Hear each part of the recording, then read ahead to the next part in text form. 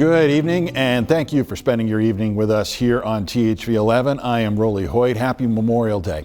In our Saluting Heroes series here on 630 Central, we highlight the people and organizations working to honor and support veterans and their families here in Arkansas.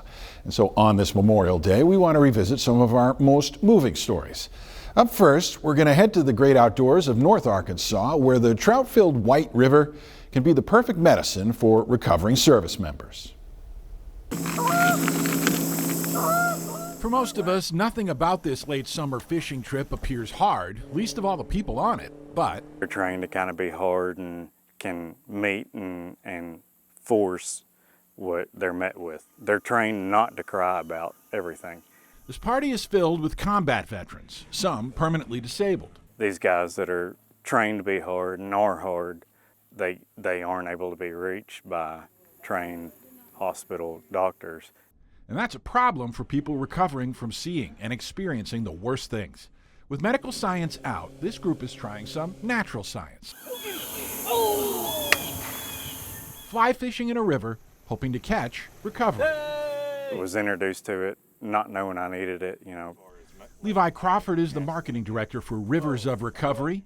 He's lucky to be here after 2 combat tours, first in Iraq and then Afghanistan. The latter cut short when a rocket-propelled grenade nearly killed him. Hospital doctor saying, no, you're not walking, you're not doing this, and next thing you know, I'm doing it. Coming back from flatlining twice on the table, defying doctors at Walter Reed. Blind in his left eye, almost no feeling in his right arm. Physically, I thought Superman could do all of it, and got home and it's like bills and the mental part of it I wasn't ready for. It's at this point that far too many combat veterans get lost in the fog.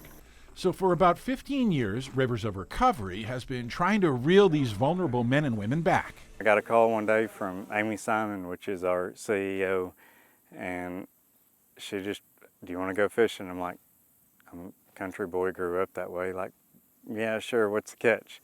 There's no catch, but hopefully a lot of them. The nonprofit organizes, curates, and guides these combat vets on fly fishing trips.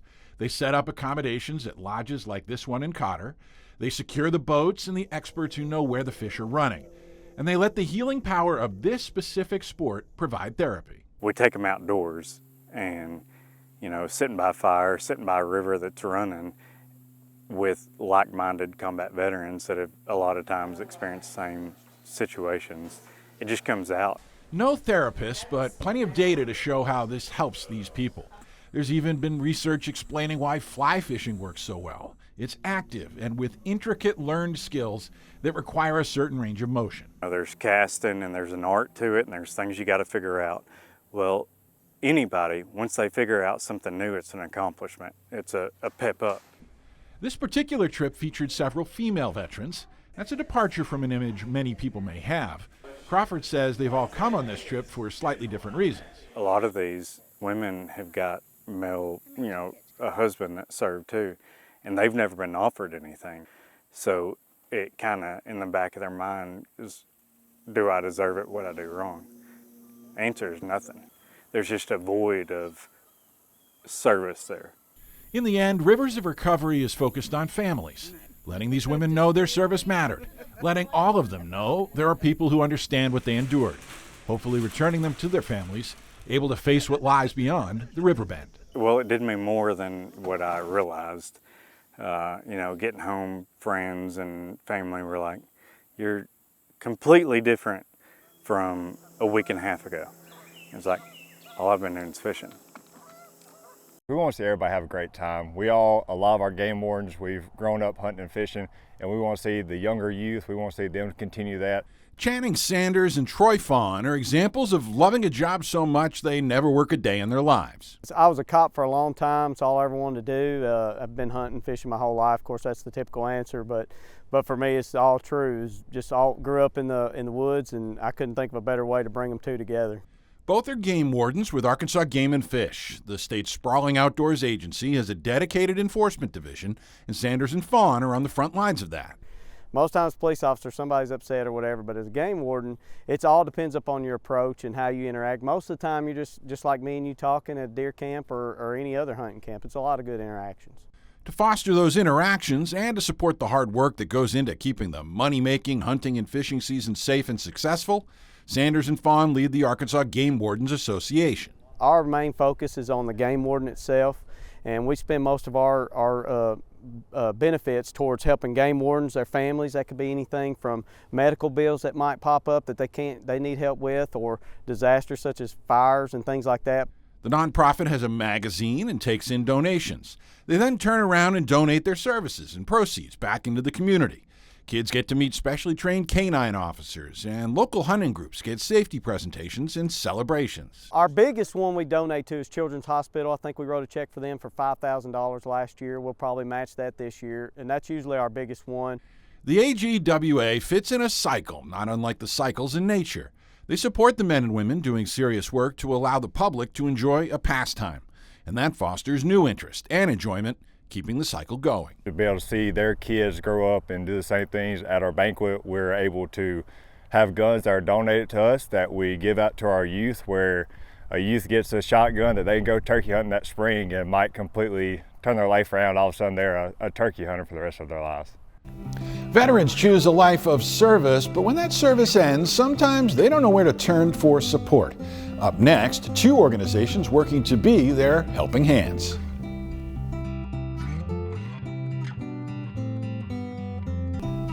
Members of the military often spend a great deal of the time during their service traveling. Well, after serving, you'd like to put down some roots with your family, but then health problems can start the moving process all over again. Well, tonight, we salute the heroes building a comforting place for these vets to call home. It's going to be a place where comfort can be provided so military families, active duty and veteran families can come together and help, frankly, the patient heal. Retired Army General Leanne Birch envisions a place of comfort and healing in this hole in the ground, a future Fisher House, shoehorned into a spot between the VA and UAMS. The Foundation Board is supporting the construction that you see behind us. The foundation is the Friends of Fisher House, Arkansas. They're building what will be the latest location of an idea that began 40 years ago, when a builder and philanthropist named Zachary Fisher got a call from a wife of a high-ranking Navy chief. They saw the struggle families of military members had trying to find a place to stay in an expensive city with their soldier, sailor, or Marine receiving treatment at a VA hospital. That there were a lot of family members that were wanting to be near their veteran patients, sleeping in cars, not having a place to go. And soon, this hole will be a house with a space for 16 families, with a loved one being treated at the nearby hospitals. It'll have common areas for families to mingle and meet, but more importantly, those families will have a place to live and assist in their loved one's care. Military family is really used to relying on each other, and the idea that these families can come together and share common space and common experiences is going to be familiar and helpful in the healing process. My family could have used the Fisher House if this was available, so I underwent cancer treatment here at the VA, and my family had to travel over 2 hours to come see me and visit me. Zach Baumgarten served in the Army and now is a pro bono legal counselor for veterans at the Bowen Law School. He fought off that cancer and now will help install programs and supports at the new Fisher House beyond just a place to stay. We see veterans coming here who are getting long-term care and need their families close by, but may also need legal assistance or something like that, and so that's where we're looking to partner with them. All with the goal of removing roadblocks for people who traveled a long road looking to get better. If you live outside of a 50-mile radius, your family, as a veteran family, will be able to participate here, to be a part of this healing event. This is how we give back to our veterans and their families of our deceased veterans, and we also support the community. Post Commander Mark Calcaterra calls the annual effort by VFW Post 4548 to prepare holiday meal boxes among the most popular things the members do all year. The baskets are the general food items needed for a Christmas dinner, turkey, ham, potatoes, carrots, everything to make a Christmas dinner. And everything except the cooking. Except the cooking. Actually, some of the members could handle that job too if they had to. The drive and packing effort goes back years. It's a focal point on the calendar for both the Post and the auxiliary. We're here to support the Post membership in the programs that we all do. Lisa Tripp is the auxiliary president. We're talking the wives, sons, and daughters of the members who earned their place in the organization by facing combat overseas. The holiday drive is a part of a larger effort to reach the sizable military community in and around Jacksonville. With the Air Force Base being right here, we have a lot of veterans that live here that aren't necessarily members of our post, so we don't, we try to take care of everybody. So veterans and non-veterans in need can be identified and get a gift pack. When the frozen meats arrive, the post approaches putting them together with, obviously, military precision. And we do an assembly line, just like, Ford Motor Plant. Everybody comes through and, they check in and pick up their things at different locations and go on their way. That assembly line fires up soon, giving the post and its members a head start on fulfilling a mission and filling the community with some holiday spirit. But I always look forward to it because the gratefulness we get from the families is just very heartwarming. To see them and the way they respond is just, it's more than worth it. We do try to make a balance of that, to try to reach out into the community to make sure, because, we're all part of the same big world here. A new military academy in Central Arkansas giving high school students the chance to start their military careers early, learning life lessons along the way. That's next.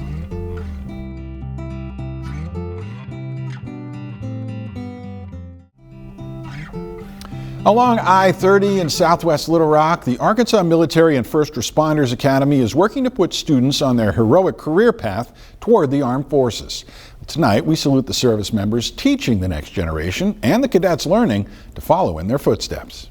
Company, attend, hunt! There's two things I require of every cadet that goes here. One, they have to get their education, but number two, they gotta have fun.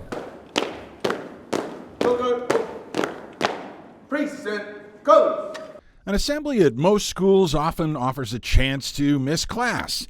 The Arkansas Military and First Responders Academy, it means Class A uniforms. Every cadet is a part of the JROTC program. Doesn't mean they have to join the Marine Corps, but we also have a first responder piece as well. Lieutenant Colonel Jason Smedley is the commandant of this school, occupying a former church in a high visibility location. The AMFRA is taking its first steps toward putting kids on heroic career paths in the armed forces or emergency services. We've been well received by the community, by community leaders, and a lot of students that have gone on to the 8th grade, that have graduated, want to come to this school, want to be challenged. We obviously have our uniforms, we have our rank system, and yeah, so it's been taking a minute to adjust, but it's been pretty good. So I got interested because I wanted to join the military, and when I heard this was on my house, I was like, okay, let's go. And that nascent spirit is getting a high-profile outlet. Look for this color guard in opening ceremonies at events near you. So on Tuesdays and Thursdays after school, we train for about 45 minutes to an hour. We go through our marching, different positions. We do all that. We train up in order for we can go out to events. Eduardo Delgado is the color guard sergeant in 10th grade. He's a student leader under the watchful eye of Sergeant Major Randall Jernigan. After 2 decades of leading the junior ROTC program at Catholic High, the retired Marine is guiding the first classes at this new school. He and his CO can sense the excitement in the local military community as the color guard's profile goes on display. The cadets enjoy it, the community enjoys it. We're proud to show off our cadets in any capacity. Up next, we salute some heroes providing a tool for those who've served that has them saying, "Thank you for my service, dog."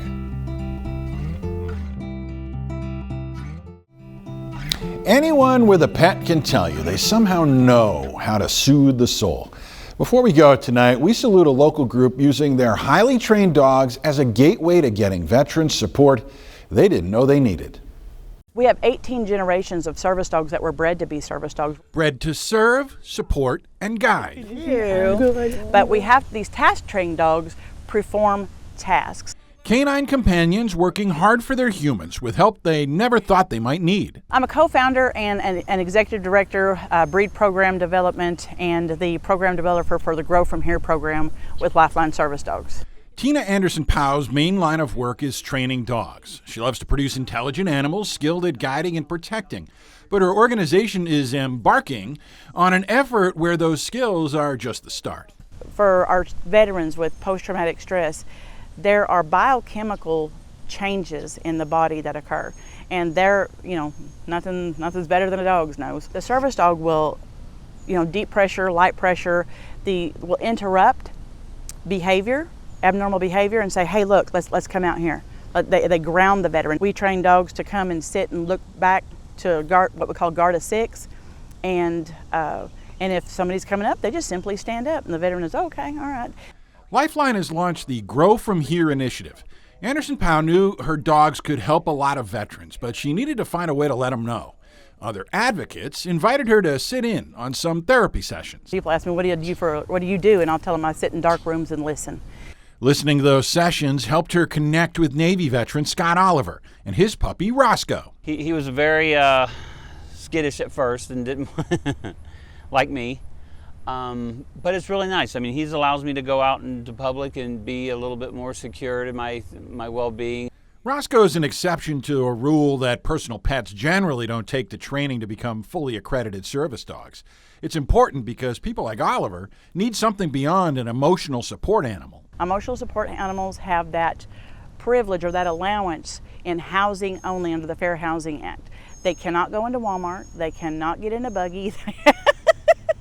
They're not supposed to be in places, and they don't have to have any training. While pups like Bailey are out in the world alongside people like Wayne Fryer, a Vietnam veteran who still feels the effects of living through the Tet Offensive more than 50 years ago. I have PTSD very bad, and somebody comes up behind me, and a lot of times she will kind of look up and kind of go behind me. That might not sound like much, but for Fryer, it's the difference between feeling secure enough to go out in public without fear of having a breakdown. And Bailey is pretty good at another part of her job. I'll have a bad day and down in the dumps, and Bailey will come up and jump up in my lap and lay down, kind of like a small lap dog. Emotional support plus. It's enough to make us all a little emotional. I've done a lot of things, and there's nothing quite like helping those who've helped us. I'm sorry.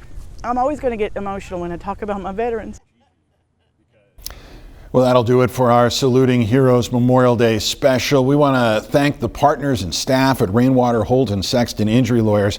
It's my great pleasure to share with the subjects of these pieces that the firm wants to give them a donation. Here's a big thanks to them for their support of this series. And if you know of a group or organization that's supporting our local veterans and their families that you think we should highlight, you can reach out to me on social media. You can watch every Saluting Heroes story on THV11.com and THV11 Plus. Thank you for joining us tonight. Have a great night and a great holiday.